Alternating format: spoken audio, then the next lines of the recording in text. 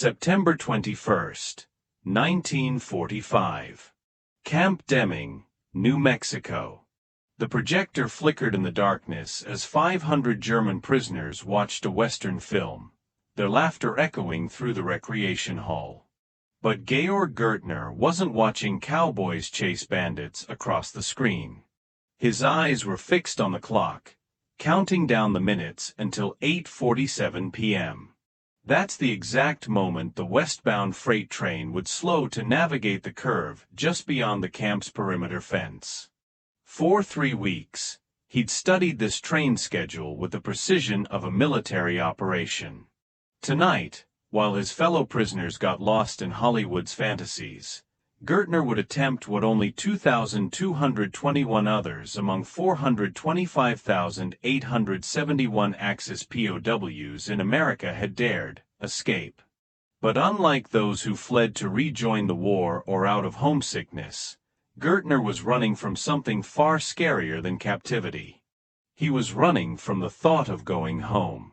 In his pocket, carefully folded, was a letter from the International Red Cross that arrived 6 weeks earlier. His hometown of Schwidnitz in Lower Silesia no longer belonged to Germany. The Soviets had given it to Poland, and its German population faced expulsion, imprisonment, or worse. For prisoners whose homes now lay behind the Iron Curtain, American abundance wasn't just impressive, it was salvation from a death sentence. As the film's gunfire masked his movements, Gaertner slipped out of the recreation hall and crawled beneath 2 perimeter gates. The freight train's whistle sounded in the distance.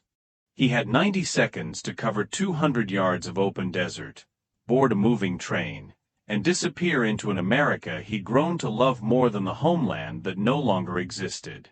Georg Gaertner's journey to that desperate night in New Mexico began on December 18, 1920 in Schwidnitz, a prosperous textile town in the shadow of the Sudeten Mountains. His father managed a local brewery, giving the family a middle-class comfort that would feel like an impossible luxury by war's end. Young Georg excelled in languages, mastering English and French in school, skills that would prove more valuable than any military training. When war broke out in September 1939, the 19-year-old Gaertner enlisted in the Wehrmacht, swept up in the nationalist fervor that promised to restore Germany's greatness.